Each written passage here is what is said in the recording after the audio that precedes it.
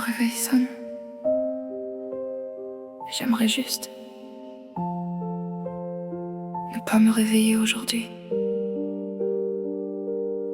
J'ouvre les yeux sur le plafond, comme si la nuit pesait encore. Y a déjà ce vide au fond, avant même le premier effort. Je reste immobile un moment, à négocier avec mon corps, me convaincre doucement de survivre encore. Et les larmes arrivent sans bruit, comme chaque matin ou presque. Pas une grande tragédie, juste une fatigue immense.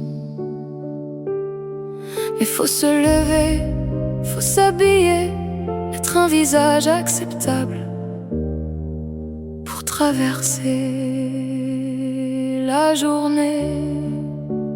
Alors je me maquille un peu plus fort pour cacher les traces de la veille. J'espère juste dans le métro que personne ne me regarde quand je chancelle. Parfois je pleure entre deux stations, les yeux fixés vers la vitre, et je sens le regard des gens qui font semblant de rien voir ensuite. Et moi je ravale tout doucement, comme si c'était normal, comme si porter ce poids était devenu banal. J'arrive au bureau en avance pour respirer avant les autres, répéter mon apparence avant que quelqu'un me parle trop. Ça va? Oui bien sûr. La réponse sort automatiquement. Je souris au bon moment, je hoche la tête doucement. En réunion je prends des notes pour éviter de décrocher, pendant qu'au fond tout s'effondre sans jamais rien laisser passer. Et parfois je vais aux toilettes juste pour pleurer 5 minutes. J'attends que mes yeux redeviennent présentables pour la suite. Alors je remets du maquillage sous les néons trop blancs. J'espère que personne ne voit mes mains trembler doucement.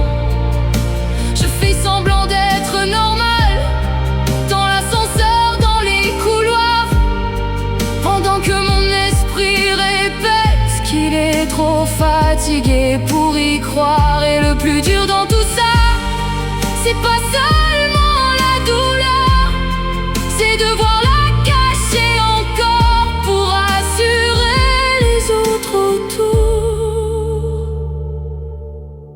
Ce n'est pas une mauvaise journée, ce n'est pas un accident, c'est juste un mardi matin parmi tellement d'autres maintenant. Alors demain je recommencerai, le métro, le regard baissé, les faux savales rouges à lèvres, pour avoir l'air de tenir debout malgré. Je continuerai de marcher droit, même avec l'orage sous la peau, en espérant juste cette fois ne pas pleurer trop tôt. Et personne ne saura combien d'énergie il faut juste pour avoir l'air normal.